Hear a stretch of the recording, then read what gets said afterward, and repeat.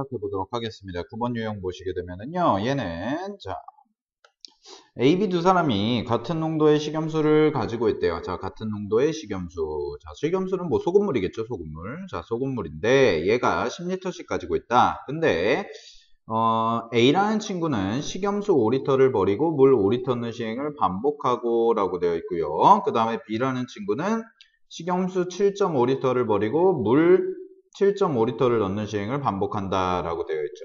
그죠? 자, 그러면은 우리가 처음에 농도를 A라고 한번 잡아볼게요. 얘는 처음에 농도를 A라고 잡아보고 그 다음에 이제 우리가 이렇게 생각할 수가 있을 거예요. 얘는 이제 농도 문제인데, 자, 농도에서는 소금물이죠, 소금물. 근데 물에는 이제 소금이 없으니까, 물에는 소금이 하나도 없으니까 식염수라는 게 5리터를 버리고 물을 5리터 집어넣는다는 얘기는, 자, 식염수를 5리터 버리고 물을 5리터 집어넣는다.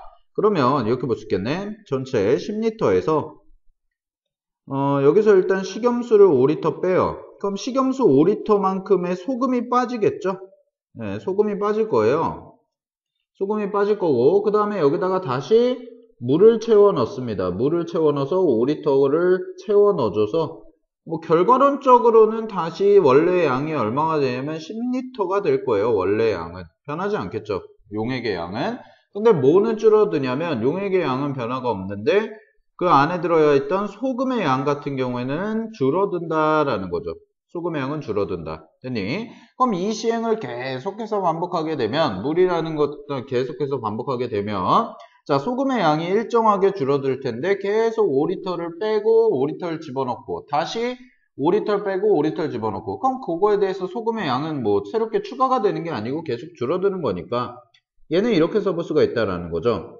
처음에 농도가 A라고 했을 때 A라는 농도에 자 얼마가 되겠어요? 2분의 1만큼이 계속 줄어드는 거예요. 2분의 1만큼이. 됐니? 근데 이걸 P번 반복했으니까 P번 했다라고 이렇게 써줄 수가 있다라는 겁니다. 이해되셨습니까? 오케이. 자, 그럼 마찬가지로 원래 있던 농도 A에서 이번에는 7.5리터를 버리는 거죠. 7.5리터를 버린다는 얘기는 남아있는 양이 4분의 1밖에 안 되니까 결국 농도, 즉 용액에 있는 소금의 양 같은 경우에는 계속해서 4분의 1씩 줄어들게 될 거고 요거를 몇 번 했다? Q번 했다라고 얘기를 할 수가 있는 거예요. 저희 같은 경우에는. 얘 같은 경우에는. 됐니? 자, 그러면은 문제에서 원하는 건 뭐냐면 이거 두 개가 서로 같아진다라는 거죠. 그죠? 그럼 같아지니까 A랑 A를 약분한 다음에 써보게 되면 얘는 2분의 1의 P제곱 그 다음에 여기가 4분의 1인데 4분의 1은 2분의 1의 제곱이니까요. 얘를 2분의 1의 몇 제곱? 2Q제곱 이렇게 쓸 수가 있겠죠?